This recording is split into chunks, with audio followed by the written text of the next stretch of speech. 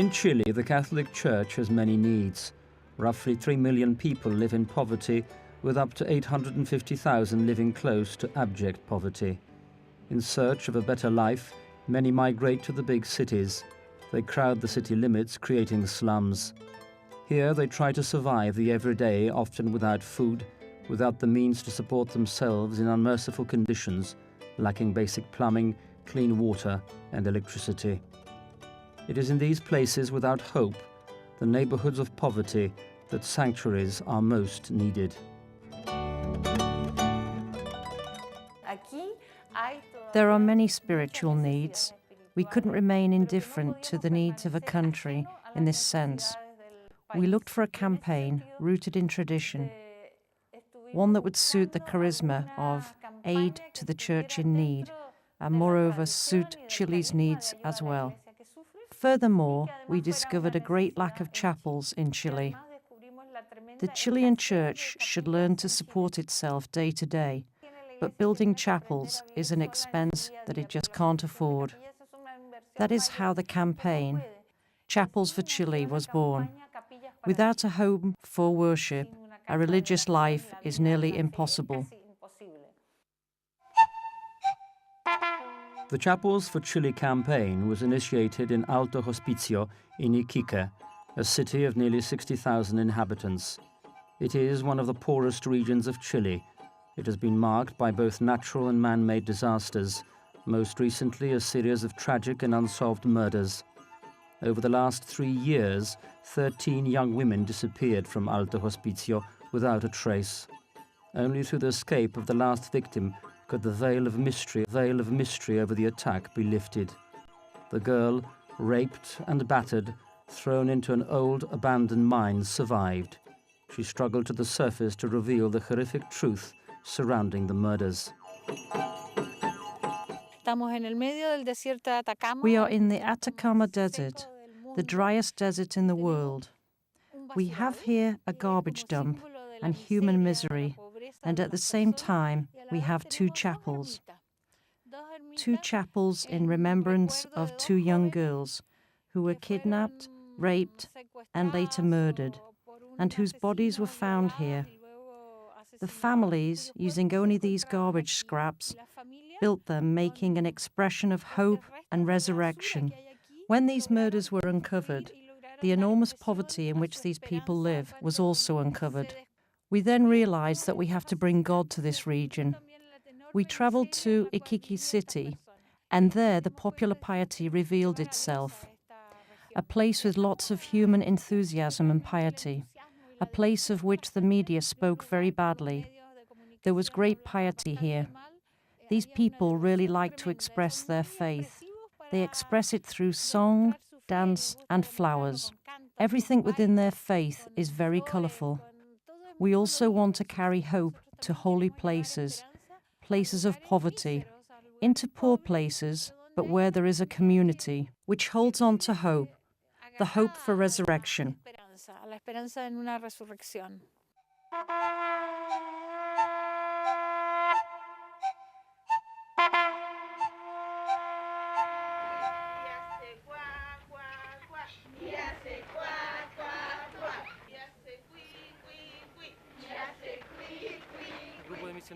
A group of missionaries from Alto Hospicio started working in our area, in a community that had only arrived 5 years earlier. Evangelization work was started. After a month's evangelization, we came to the conclusion that we also needed to organize Holy Mass, but there was no room. Once every month, we would empty our homes of chairs and tables. We prepared an altar and waited for a priest. The open-air Mass was held on different streets. We finally settled in a place where there were no vehicles, in a very small space that later served as our permanent place for Holy Mass.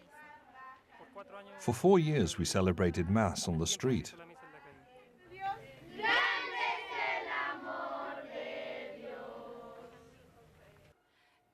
We are in the St. Gertrude Chapel in Alto Hospicio. This is the first chapel built through the Chapels for Chile project. In this chapel, many Chileans, deeply moved by the many murders that have occurred in this region, wanted to share their mercy and condolences with this community. We made several holy pictures, and these pictures were brought by families from home to home. In each home, people would pray for the chapel to be constructed. This is a very active community. We built the walls of this chapel, but they created the community. Each year, on December the 1st, they celebrate Mass and pray for all the benefactors who support the organization, aid to the church in need. What's more, they organize collections. Without a doubt, the chapel signifies a huge grace for the community. It is a place of gathering, a place of growth, a place where everyone is welcome, a place to receive the sacraments. When there is a chapel, the community grows. People feel it belongs to them. They take care of it, love it, make it beautiful. There really exist heroic communities. You see people in the street carrying their own chairs, their own tables, putting up a tent despite the heat or wind. Sometimes they are laughed at by non-believers. Undoubtedly, with this determination, with this strength, they form a spiritual community which lifts the material temple and carries it forward. We are living rocks.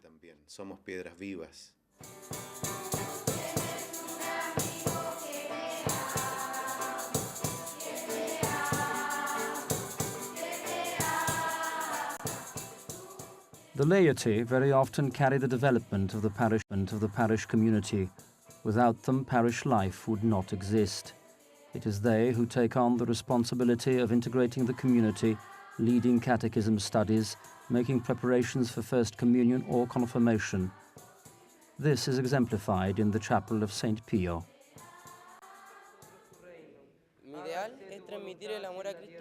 My ideal is to pass on God's love to the youth.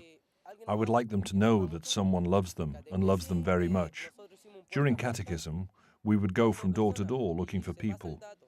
And these youths, who prepare themselves for confirmation, are also persuading their friends to join. For the preparation of confirmation, in my group, there are 20 people. In the chapel are about 62 people studying family catechism. This is the crucifix to which young people in my community nail their sins. This is an idea that is often practiced before confirmation. These are symbols given to young people so that they know more about God.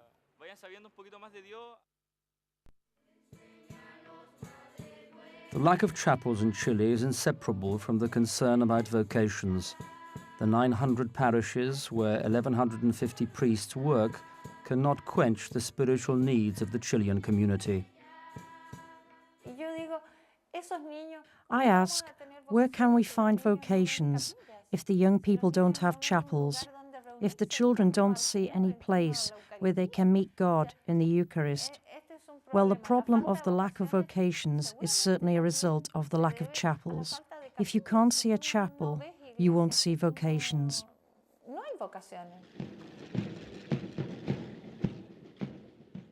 In the north, Chileans greatly honor the Holy Virgin. Annually, thousands make the long pilgrimage to the Virgin of Carmen sanctuary in La Tirana to offer prayers of gratitude and supplication. In Alto Hospicio, through the help of aid to the church in need, a chapel of the Virgin of Carmen is being built. The Virgin Mary has a particular love for people in need, and the villagers have responded to her presence and her mediation.